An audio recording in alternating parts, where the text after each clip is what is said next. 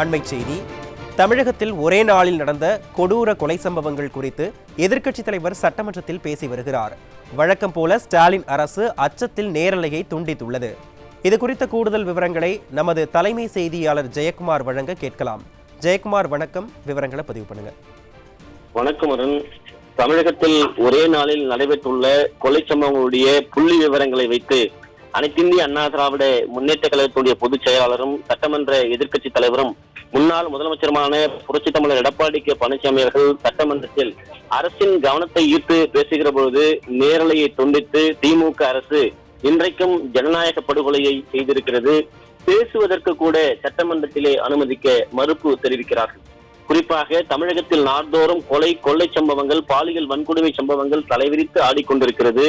நேற்று ஒரே நாளில் தமிழகத்தில் 4க்கும் மேற்பட்ட கொலை சம்பவங்கள் அரங்கேறி இருக்கிறது. இந்த கொலை சம்பவங்களால் தமிழகம் சட்டம் ஒழுங்கு சீர்கெட்டு மக்கள் அச்சமோடு நடமாடக்கூடிய ஒரு அவலநிலைக்கு தள்ளப்பட்டிருக்கிறார்கள். சட்டம் ஒழுங்கு கோப்புக்குள் வைத்திருக்கக்கூடிய முதலமைச்சர் சட்டம் ஒழுங்கு சரிகிட்டு சந்திப்பிருப்பதை பார்த்துக் கொண்டிருக்கிறார் என்கிற நிலையில்தான் இன்றைக்கு தமிழகத்தில் கொலை சம்பவங்கள் அரங்கேறி இருக்கிறது. ஒரே நாளில் நடைபெற்றிருக்கக்கூடிய இந்த கொலை சம்பவங்களை பார்த்தால் தினந்தோறும் ஸ்டேட்டஸில் பார்க்கிற போது கொலை நிலவரம் என்ன என்பதுதான் தமிழ்நாட்டில் முக்கிய செய்தியாக இருக்கிறது. கோவையிலே பெண் ஆசிரியர் ஒருவர் இருந்த நிலையில் சடலமாக கண்டெடுக்கப்பட்டிருக்கிறார். ஈரோட்டிலே தேசிய நெடுஞ்சாலையில் ஒருவர் காரிலே சென்று கொண்டிருக்கும் பொழுது மனைவியுடைய கண் முன்னே கொடூரமாக 4க்கும் மேற்பட்ட கும்பல் நெடுஞ்சாலையில் வாகனங்கள் செல்லுகிற அதற்கு மத்தியிலே வழிமறித்து கொடூரமாக வெட்டக்கூடிய, கொலை செய்யக்கூடிய பரபரப்பு வீடியோ காட்சிகள் வெளியாகி ஒட்டுமொத்த தமிழகத்தையே சட்டம் ஒழுங்கு சந்தித்திருக்கக்கூடிய காட்சிகளாக அது வெளிப்பட்டிருக்கிறது. மக்கள் பகல் நேரங்களிலே நடமாடுவதற்கு கூட அச்சப்படுகிறார்கள். அவர்கள் வைத்திருந்த ஆயுதங்களை பார்க்கிற போது நெடுஞ்சாலைகளில் சென்றவர்கள் அதை தடுத்து நிறுத்துவதற்கு கூட, அங்கு நின்று பார்ப்பதற்கு கூட அச்சமடையக்கூடிய அளவிலே அந்த கொலை வெறியாட்டம் அரங்கேறி இருக்கிறது. நெடுஞ்சாலைகளிலே இது போன்று நடக்கக்கூடிய, குறிப்பாக காவல் நிலையத்திலே கையெழுத்திட வந்தவருக்கு பாதுகாப்பு என்பது மிகப்பெரிய ஒரு கேள்விக்குறியாகிறது. தமிழகத்தில் சட்டம் ஒழுங்கு என்பது சந்தி சிரிக்கக்கூடிய வகையில் இருக்கிற போது நேற்றைக்கு சட்டப்பேரவையிலே திமுக முதலமைச்சர், காவல்துறையை கையில் வைத்திருக்கக்கூடிய முதலமைச்சர் சட்டம் ஒழுங்கு பாதுகாப்பாக இருக்கிறது என்று கூறுவது, அதாவது வெந்த புண்ணில் வேலை பாய்ச்சுவது போலவும் முழு பூசணிக்காயை தோற்றில் மறைப்பது போலவும் இருக்கிறது என்பதைத்தான் காட்டுகிறது. இதனையெல்லாம் தோலுரித்து காட்டக்கூடிய விதமாக இன்றைக்கு அனைத்திந்திய அண்ணா திராவிட முன்னேற்ற கழகத்துடைய பொதுச் செயலாளர் புரட்சித் தமிழர் எடப்பாடி கே பழனிசாமி அவர்கள் சட்டமன்ற எதிர்க்கட்சி தலைவர் என்கிற முறையிலே தமிழகத்தில் நடைபெற்று வரக்கூடிய மிகப்பெரிய கொலைகள், அச்சுறுத்தலாக இருக்கக்கூடிய மக்களுக்கு தங்களுடைய வாழ்வியலை அச்சமாக மாற்றியிருக்கக்கூடிய ஒரு சூழ்நிலைக்கு இந்த கொலை சம்பவங்கள் தள்ளப்பட்டிருக்கிறது. இதனையெல்லாம் பேச வேண்டும் என்று அரசினுடைய கவனத்தை ஈர்த்து பேசுவதற்கு கோருகிற போது வாய்ப்பு மறுக்கப்படுகிறது, நேரலை துண்டிக்கப்படுகிறது. இதுதான் ஸ்டாலினுடைய ஆட்சியில் சமூக நல்லிணக்கணமா, இதுதான் ஜனநாயகத்தை பாதுகாக்கும் லட்சணமா என்கிற நிலையில் தான் இன்றைக்கு தினந்தோறும் சட்டமன்றம் நடந்து கொண்டிருக்கிறது. குறிப்பாக ஈரோட்டிலே நடந்த இந்த கொலை சம்பவம் என்பது, அதாவது காவல் நிலையத்திலே கையெழுத்திடுவதற்காக அந்த ஜான் என்கிற ரவுடி ஒருவர் காரிலே செல்லுகிறார், தனது மனைவியோடு செல்லுகிறார். அவர் முன்விரோதம் காரணமாக வழிமறித்து வெட்டி மனைவியின் கண்முன்னே படுகொலை செய்யப்படுகிறார். அவரது மனைவிக்கும் வெட்டு காயங்கள் விழுகிறது. இன்றைக்கு உடலை வாங்க மறுப்பு தெரிவித்து அவர்கள் மருத்துவமனையிலே இன்றைக்கு போராட்டத்தில் ஈடுபட்டுக் கொண்டிருக்கிறார்கள். மிகப்பெரிய அளவில் அந்த சம்பவம் என்பது ஒட்டுமொத்த தமிழகத்தை அந்த கொலை செய்யக்கூடிய காட்சிகள் வீடியோ வெளியாகி பதைபதைக்க வைத்திருக்கிறது. ஆளுகிற திமுக அரசு, குறிப்பாக காவல்துறையை கையிலே வைத்திருக்கக்கூடிய திமுக அரசு, முதலமைச்சர் என்ன செய்து கொண்டிருக்கிறார் என்கிற மிகப்பெரிய ஒரு கேள்வி எழுந்திருக்கிறது. ஈரோடு அருகே இருக்கக்கூடிய அந்த நெடுஞ்சாலையிலே சேலம் பகுதியைச் சேர்ந்த ஜான் என்பவர் தனது மனைவி சாணக்கியா என்பவரோடு காரிலே வருகிற பொழுது அந்த சேலம் கிச்சிப்பாளையத்தை பகுதியைச் சேர்ந்த ஜான் என்பவரையும் அவரது மனைவியையும் வழிமறித்த அந்த கும்பல், அதாவது பெருந்துறை என்கிற அந்த பகுதியிலே நெடுஞ்சாலையிலே அவர்களை வெட்டுகிறார்கள். அவர்கள் வெட்டுகிற அந்த காட்சி என்பது கொலைவெறித்தனமாக பட்ட பகலில் நெடுஞ்சாலையில் வாகனங்கள் சூழ்ந்த அந்த பகுதியிலே அந்த கொலை சம்பவம் அரங்கேறி இருக்கிறது. அமைதி பூங்காவாக அதிமுக ஆட்சி காலத்திலே இருந்த தமிழகம் சட்டம் ஒழுங்கு சந்தி சிரித்து இன்றைக்கு சுடுகாடாக மாறி இருக்கிறது. பொதுமக்களுக்கும், பெண்களுக்கும், சிறுமிகளுக்கும், மாணவிகளுக்கும் பாதுகாப்பு அற்ற ஒரு மாநிலமாக மாறி இருக்கிறது. இந்த கொலை செய்யக்கூடிய அந்த காட்சிகள் எல்லாம் பரபரப்பாக வெளியாகி இருக்கிறது. இந்த கொலை சம்பவங்களுடைய பின்னணியில் தமிழகம் எந்த நிலைக்கு சென்று கொண்டிருக்கிறது என்கிற மிகப்பெரிய ஒரு கேள்வி எழுகிறது. இதுதான் சட்டமன்றத்திலே இன்றைக்கு ஜனநாயகம் படும் பாடாக இருக்கிறது. இது பேசுவதற்கு அனுமதி மறுக்கப்பட்டதால் சட்டமன்றத்திலே அதிமுக உறுப்பினர்கள் அரசினுடைய கவனத்தை ஈர்த்து பேசுவதற்கு அனுமதி அளிக்க வேண்டும் என்று கேட்கிறார்கள். தொடர்ந்து சபாநாயகர் திமுகவுடைய சட்டமன்ற உறுப்பினர் போலவே செயல்படுகிறார். அவையில் அவர்கள் கூச்சலிடுகிறார்கள், அனுமதி மறுக்கப்படுகிறது. தொடர்ச்சியாக அதிமுக சட்டமன்ற உறுப்பினர்கள் அவையை விட்டு வெளியேறி இருக்கிறார்கள். குறிப்பாக இந்த நாள்தோறும் நடைபெறக்கூடிய கொலை சம்பவங்களுக்கு தார்மீக பொறுப்பு முதலமைச்சர் ஏற்க வேண்டும். சட்டம் ஒழுங்கு கையிலே வைத்திருக்கக்கூடிய அவர் காவல்துறையை வைத்துக் கொண்டு என்ன செய்து கொண்டிருக்கிறார்? இது போன்ற கொலை சம்பவங்களால் ஒட்டுமொத்த தமிழ்நாடு ரத்த பூமியாக மாறிக்கொண்டிருக்கிறது. இலைகள் உதிர்வது போல, மலர்கள் உதிர்வது போல நாள்தோறும் மனித உயிர்கள் உதிர்ந்து கொண்டிருக்கிறது என்பதை பேசுவதற்கு கூட இங்கே அனுமதி மறுக்கப்படுகிறது என்றால் இங்கே தமிழகத்தில் இருக்கக்கூடிய காவல்துறையுடைய லட்சணம் எப்படி இருக்கிறது, ஆளுகிற திமுக அரசுடைய ஆட்சியுடைய நிலவரம் எப்படி இருக்கிறது என்பதுதான் பிரதான கேள்வியாக இருக்கிறது. இது பற்றி பேசுவதற்கு தார்மீகமாக அனைத்து இந்திய அண்ணா திராவிட முன்னேற்ற கழகத்திற்கு எதிர்க்கட்சி என்கிற நிலையில் பேச அனுமதிக்க மறுக்கப்படுகிறது என்றால் சபாநாயகருடைய ஒருதலை பட்சமான இந்த நடவடிக்கை என்பது ஒட்டுமொத்தமாக தமிழகத்திலே உயிரிழந்திருக்கக்கூடிய, கொலை செய்யப்பட்டிருக்கக்கூடிய அந்த குடும்பங்களுக்கு எதிராக ஆளுகிற அரசு செயல்படுகிறதோ என்கிற ஒரு நிலைதான் இன்றைக்கு இருக்கிறது. இவற்றையெல்லாம் பேசுவதற்கு அனுமதி மறுக்கப்படுகிறது. அவையிலே கொலை செய்யப்பட்ட புள்ளி விவரங்களை வைத்துக் கொண்டு பேச முற்படுகிற போது நேரலை துண்டிக்கப்படுகிறது என்றால் இவர்களுடைய புகழ் பாடுவதற்கும் இவர்களுடைய சேவையை பாராட்டுவதற்கும் தான் சட்டமன்றமா? சட்டமன்றம் என்பது அனைத்து சட்டமன்ற உறுப்பினருக்கானது. மக்களுடைய தீர்ப்பை பெற்று உறுப்பினராக இருக்கக்கூடிய அவர்கள் பேசுவதற்கு அனுமதி அளிக்க மறுக்கப்படுகிறது என்றால் இது ஜனநாயக முறைப்படி நடைபெறக்கூடிய சட்டமன்றமா என்கிற மிகப்பெரிய ஒரு கேள்வி எழுகிறது. இதனால் அனைத்து இந்திய அண்ணா திராவிட முன்னேற்ற கழக உறுப்பினர்கள் பேசுவதற்கு அனுமதி கேட்டு அனைவரும் கோஷம் முன்வைக்கிறார்கள். அப்பொழுதும் அனுமதி மறுக்கப்படுகிறது. இந்த அனுமதி மறுக்கப்பட்டதை கண்டித்து மக்களுடைய பிரச்சனைகளை, கொலை சம்பவங்களை, கொலை செய்யப்பட்ட விவரங்களை பேசுவதற்கு அனுமதி மறுக்கப்பட்டதால் இன்றைக்கு அனைத்து இந்திய அண்ணா திராவிட முன்னேற்ற கழகத்துடைய பொதுச் செயலாளர், சட்டமன்ற எதிர்க்கட்சி தலைவர், முன்னாள் முதலமைச்சர் புரட்சி தமிழர் எடப்பாடி கே பழனிசாமி அவர்கள் தலைமையில் அதிமுக சட்டமன்ற உறுப்பினர்கள் அனைவரும் வெளிநடப்பு செய்திருக்கிறார்கள். தமிழகம் என்பது இன்றைக்கு சுடுகாடாக மாறிக்கொண்டிருக்கிறது. நாள்தோறும் இன்றைக்கு கொலை சம்பவங்கள் அரங்கேறிக் கொண்டிருக்கிறது. நான் ஏற்கனவே குறிப்பிட்டது போல, அதாவது மார்ச் 1ஆம் தேதியிலிருந்து தற்போது வரை இந்த 21 நாட்களில் 91 கொலை சம்பவங்கள் அரங்கேறி இருக்கிறது. கடந்த 24 மணி நேரங்களை பார்த்தால் 5 மர்ம மரணங்கள் உட்பட இன்றைய தினம் 11 கொலை சம்பவங்கள் அரங்கேறியிருக்கிறது. நேற்று ஒரே நாளில் 4 கொலை சம்பவங்கள் அரங்கேறியிருக்கிறது. ஒட்டுமொத்த தமிழ்நாடே சுடுகாடாக, கொலைவெறி காடாக மாறிக்கொண்டிருக்கிறது.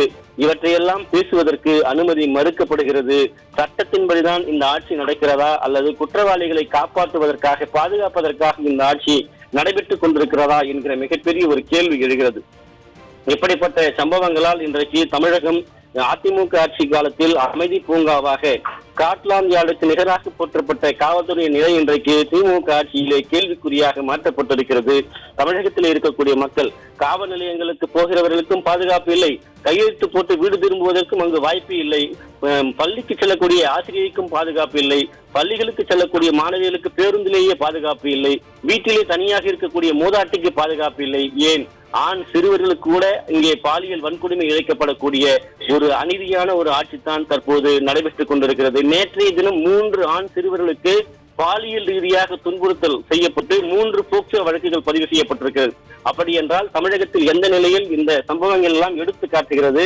ஆட்சியாளர்கள் என்ன செய்து கொண்டிருக்கிறார்கள்? காவல்துறை கும்பகர்ண தூக்கத்தில் இருக்கிறது என்பதைத்தான் இந்த புள்ளி விவரங்கள் எடுத்து காட்டிக் கொண்டிருக்கிறது. இன்று ஒரே நாளில் நடைபெற்றிருக்கக்கூடிய கொலை சம்பவங்களை பேசுவதற்கு கூட எதிர்க்கட்சிக்கு அனுமதி மறுக்கப்பட்ட காரணத்தினால் இன்றைக்கு அனைத்து இந்திய அண்ணா திராவிட முன்னேற்ற கழகத்துடைய பொதுச் செயலாளர், சட்டமன்ற எதிர்க்கட்சி தலைவர், முன்னாள் முதலமைச்சர் புரட்சி தமிழர் எடப்பாடி கே பழனிசாமி அவர்கள் சட்டமன்றத்தில் இருந்து வெளிநடப்பு செய்திருக்கிறார்கள். அவரோடு அதிமுக சட்டமன்ற உறுப்பினர்கள் அனைவரும் அவையை விட்டு வெளியேறியிருக்கிறார்கள். ஆனால் தற்போது முதலமைச்சர் ஒரு விளக்கம் அளிக்கிறார். அதனை மட்டும் நேரலை செய்து கொண்டிருக்கிறார்கள். ஊடகங்கள் வாயிலாக ஆளுகிற அரசினுடைய புகழ், அவர்கள் சார்ந்த சகாக்களுடைய புகழை மத்தளம் கொட்டுவது, இதற்கு மட்டுமே அவை பயன்படுத்தப்படுகிறது. அது மட்டுமே நேரலை செய்யப்படுகிறது. ஜனநாயகத்தினுடைய உரிமை மறுக்கப்படுகிறது. ஜனநாயகத்தினுடைய குரல்களை நசுக்கப்படுகிறது. எதிர்க்கட்சிகள் பேசுவதை குறிப்பிட்டு நேரலையை துண்டிக்கக்கூடிய ஒரு செயலாக ஸ்டாலினுடைய அரசு என்பது உச்சகட்ட ஒரு அராஜக அரசாக செயல்பட்டுக் கொண்டிருப்பதுதான் வேதனையினுடைய உச்சமாக இருக்கிறது. பேசுவதை ஏன் காட்ட மறுக்கிறார்கள்? அதிமுகவை பார்த்தால் திமுக அஞ்சுகிறதா? பொதுச் செயலாளரை பார்த்தால், பொதுச் செயலாளர் பேசுவதை பார்த்தால் திமுக அரசுக்கு பயம் ஏற்படுகிறதா அல்லது நடுக்கம் ஏற்படுகிறதா என்பதைத்தான் இந்த செயல்பாடுகள் காட்டிக் கொண்டிருக்கிறது. இதனை எல்லாம் கண்டித்துத்தான் அனைத்து இந்திய அண்ணா திராவிட முன்னேற்ற கழகத்துடைய பொதுச் செயலாளர் புரட்சி தமிழர் எடப்பாடி கே பழனிசாமி அவர்கள், சட்டமன்ற எதிர்க்கட்சி தலைவர் எடப்பாடி கே பழனிசாமி அவர்கள் வெளிநடப்பு செய்திருக்கிறார்கள். அவையை விட்டு அவர்களோடு அனைத்து சட்டமன்ற உறுப்பினர்களும் வெளிநடப்பு செய்திருக்கிறார்கள். திமுக அரசு தைரியம் இருந்தால் நேரலை செய்யட்டும், தைரியம் திராணி இருந்தால் நேரலை செய்து பார்க்கட்டும், ஏன் நேரலையை துண்டிக்கிறார்கள் என்கிற மிகப்பெரிய ஒரு கேள்வி எழுகிறது. சபாநாயகர் நடுநாயகமாக செயல்படுகிறார் என்று சொல்லுகிறார், நடுநிலையோடு செயல்படுகிறேன் என்று சொல்லுகிறார். ஆனால் ஒவ்வொரு நாளும் அவைத்தலைவர் இதையெல்லாம் பார்த்து கொண்டுதான் இருக்கிறார். இந்த நேரலை துண்டிக்கப்படுகிறது. எதிர்க்கட்சி தலைவர் பேசுவதற்கு முன்பாக ஒரு அதிமுக சட்டமன்ற உறுப்பினர் பேசுகிற போதே நேரலை துண்டிக்கப்படுகிறது. எதிர்க்கட்சி தலைவர் எழுந்து நின்றால் நேரலை துண்டிக்கப்படுகிறது. எதிர்க்கட்சி தலைவர் அவைக்கு வருகிற போதே எப்போது வருவார் என்று பார்த்துக் கொண்டிருக்கிறார்கள், நேரலையை துண்டித்து விடுகிறார்கள். இதுதான் சட்டமன்றத்திலே ஜனநாயகம் படுகிற மிகப்பெரிய ஒரு பாடாக இருக்கிறது. ஜனநாயகம் கேள்விக்குத்தாக்கப்பட்டிருக்கிறது. திமுக அரசு தனக்கான ஒரு சட்டமன்றமாக தங்களுடைய புகழ்பாடக்கூடிய, தங்களுக்கு ஜால்ரா தட்டக்கூடிய, மத்தனம் வாசிக்கக்கூடிய, நாயனம் மோதக்கூடிய ஒரு சட்டமன்றமாக இதனை மாற்றிக்கொண்டிருக்கிறது தான் மக்களுடைய கேள்வியாக இருக்கிறது. சட்டமன்றம் என்பது மக்களால் தேர்ந்தெடுக்கப்பட்ட அனைத்து சட்டமன்ற உறுப்பினர்களுக்கும் அங்கு வாய்ப்பு அளிக்கப்பட வேண்டும். பேசுவதை ஒருதலைபட்சம் இல்லாமல் நடுநிலையோடு நேரலை செய்ய வேண்டும் என்பதுதான் மக்களுடைய எதிர்பார்ப்பாக இருக்கிறது. அதிமுகவுடைய அனைத்து சட்டமன்ற உறுப்பினர்களும் பேச அனுமதிக்காததால், பேச மறுக்கப்பட்டதால், கொலை சம்பவங்கள் குறித்த புள்ளி விவரங்களை பேச அனுமதி மறுக்கப்பட்ட காரணத்தினால் அவையை விட்டு அனைத்து இந்திய அண்ணா திராவிட முன்னேற்ற கழகத்துடைய பொதுச் செயலாளர் புரட்சித்தலைவர் எடப்பாடி கே பழனிசாமிகள் தலைமையில் அனைத்து சட்டமன்ற உறுப்பினர்களும் வெளிநடப்பு செய்திருக்கிறார்கள், அவையை விட்டு வெளியேறி இருக்கிறார்கள். தொடர்ந்து இது போன்ற நடவடிக்கை என்பது இந்த சட்டமன்றம் தொடங்கியதிலிருந்து இது போன்ற ஒரு நிகழ்வுகள் தொடர்ந்து நடைபெற்றுக் கொண்டிருக்கிறது. அதே போன்று நேற்றைய தினம் நாம் ஏற்கனவே சுட்டிக்காட்டியிருந்தோம், பாலியல் வன்கொடுமை சம்பவங்கள் தமிழகத்தில் ஏராளமாக அரங்கேறி இருக்கிறது.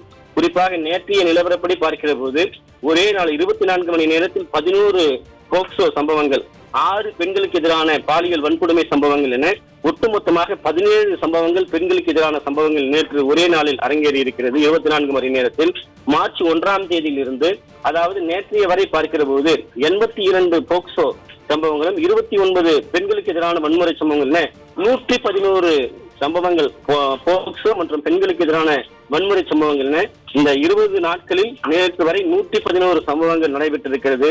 அதே போன்று நேற்றைய நிலைப்படி மார்ச் 1ஆம் தேதியிலிருந்து நேற்று வரை பார்க்கிற போது 84 கொலை சம்பவங்கள் அரங்கேறி ஒட்டுமொத்த தமிழகத்தையே நிலைகுலைய செய்திருக்கிறது. இந்த கொலை சம்பவங்களுடைய புள்ளி விவரங்களையும் எடுத்துக்காட்டி பேசுவதற்கு சட்டமன்றத்திலே அனுமதி மறுக்கப்படுகிறது. குறிப்பாக தஞ்சாவூர் மாவட்டம் ஆடுதுறை அருகே 9 வயது சிறுவனுக்கு பாலியல் தொல்லை கொடுத்திருக்கிறார் 58 வயது முதியவர், அவர் போக்சோவில் சிக்கியிருக்கிறார். திருவாரூர் மாவட்டம் நன்னலத்திலே 12ஆம் வகுப்பு பள்ளி மாணவிக்கு பாலியல் தொல்லை கொடுத்திருக்கிறார் ஒருவர். கிருஷ்ணகிரி மாவட்டம் பர்கூர் அருகே 12ஆம் வகுப்பு தேர்வு எழுத சென்ற மாணவிக்கு தேர்வு அறையிலேயே பாலியல் தொல்லை கொடுத்திருக்கிறார் ஆசிரியர். எந்த லட்சணத்தில் பள்ளி கல்வித்துறையினுடைய அவலம் இன்றைக்கு இருக்கிறது. மாணவி ஒருவர் தேர்வு எழுதி செல்வதற்கு கூட பாதுகாப்பு அற்ற ஒரு மாநிலமாக தமிழ்நாடு மாறி இருக்கிறது. திண்டுக்கல் வேடச்சந்தூர் அருகே 3ஆம் வகுப்பு மாணவனை பாலியல் வன்கொடுமை செய்து 67 வயது மதிக்கத்தக்க முதியவர் போக்சோ வழக்கு பதிவு செய்யப்பட்டிருக்கிறது. பெண் குழந்தைகளுக்கு தான் பாதுகாப்பு இல்லை என்றால் இந்த ஆண் குழந்தைகளுக்கும் பாதுகாப்பு இல்லாத ஒரு மாநிலமாக தமிழகம் மாறி வருகிறது. ராணிப்பேட்டை மாவட்டம் நாவல்பூர் அருகே 5 வயது சிறுமிக்கு பாலியல் தொல்லை கொடுத்த காமுகன் போக்சோவில் சிக்கியிருக்கிறார். கடலூர் மாவட்டம் பன்ருட்டியில் 12ஆம் வகுப்பு மாணவிக்கு பாலியல் தொல்லை அடுத்த கார் ஷோரூம் மேலாளர் பாலியல் தொல்லை கொடுத்திருக்கிறார். ஒருபுறம் தனியார் நிறுவனங்களில் பணியாற்ற முடியவில்லை, கல்லூரிகளிலே பணியாற்ற முடியவில்லை, தேர்வு அறைக்கு செல்ல முடியவில்லை, பேருந்துகளில் பயணம் செய்ய முடியவில்லை. இப்படி தொடர்ந்து பாலியல் தொல்லை என்பது தலைவிரித்து ஆடிக்கொண்டிருக்கிறது. கடலூர் மாவட்டம் பன்ருட்டியிலே இந்த சம்பவம் அரங்கேறி இருக்கிறது. கன்னியாகுமரி மாவட்டம் நாகர்கோவிலே 13 வயது மாணவிக்கு பாலியல் தொல்லை கொடுக்கப்பட்டிருக்கிறது. ராணிப்பேட்டை நெமிலி அருகே 10ஆம் வகுப்பு மாணவி காதலிப்பதாக கூறி 44 வயதான சலூன் கடைக்காரர் பாலியல் தொல்லை கொடுத்திருக்கிறார். கோவையிலே விடுதியில் தங்கி பயிலக்கூடிய 7ஆம் வகுப்பு மாணவனுக்கு சக மாணவன் பாலியல் தொல்லை கொடுத்திருக்கிறான். தஞ்சாவூர் மாவட்டம் ஒரத்தநாடு அருகே பெற்ற மகளுக்கே பாலியல் தொல்லை கொடுத்த நிலை இருக்கிறது. வேலூர் அருகே 7 வயது சிறுமிக்கு பாலியல் தொல்லை கொடுக்கப்பட்டிருக்கிறது. இப்படி பாலியல் வன்கொடுமை ஒருபுறம் தலைவிரித்து ஆடிக்கொண்டிருக்கிறது. இவற்றையெல்லாம் பேசுவதற்கு சட்டமன்றத்திலே அனுமதி மறுக்கப்பட்டிருக்கிறது. இதுதான் திராவிட மாடலினுடைய ஜனநாயக முறைப்படி சமூக நல்லிணக்கணப்படி நடைபெறக்கூடிய ஆட்சியா என்று தமிழகத்தில் இருக்கக்கூடிய மக்கள் கேள்வி எழுப்புகிறார்கள். இந்த கொலைகளால் பாதிக்கப்பட்டிருக்கக்கூடிய குடும்பங்கள், அவருடைய உறவினர்கள், பொதுமக்கள் எழுப்பக்கூடிய கேள்விக்கு திமுக அரசினுடைய பதில், முதலமைச்சருடைய பதில், இந்த நாட்டையே நான் பாதுகாப்பாக வைத்திருக்கிறேன் என்று சொல்லி வாய் மூடுவதற்குள் இப்படிப்பட்ட அலங்கோல நிலை ஏற்பட்டிருக்கிறது. தமிழகத்திலே சட்டம் ஒழுங்கு சந்தி சிரித்துக் கொண்டிருக்கிறது. இப்படிப்பட்ட கொலைகளுக்கெல்லாம் ஆளுகிற திமுக அரசினுடைய பதில் என்பது வேடிக்கையினுடைய விந்தை பதிலாகவே இருப்பது குறிப்பிடத்தக்கது.